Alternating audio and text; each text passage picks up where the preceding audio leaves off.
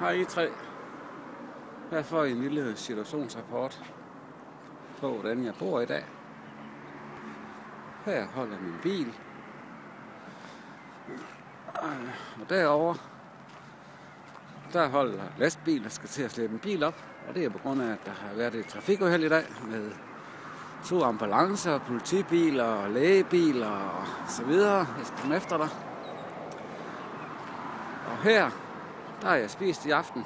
Jeg fik en dejlig 300 grams ribeye-stik med gode pomfritter og hjemmelavet bearnaisesauce og meget fin salatbar. Og herovre bag den hvide bil, der ligger den store reception. Og allerede her, der bor jeg i nummer 26. Og nu skal I se, hvordan jeg bor herinde.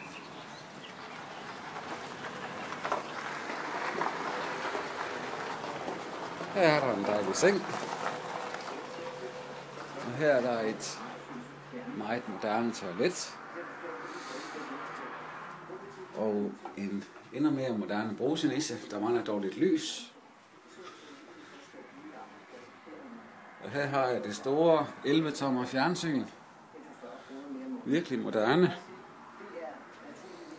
Og her har jeg siddet og arbejdet i aften med min printer.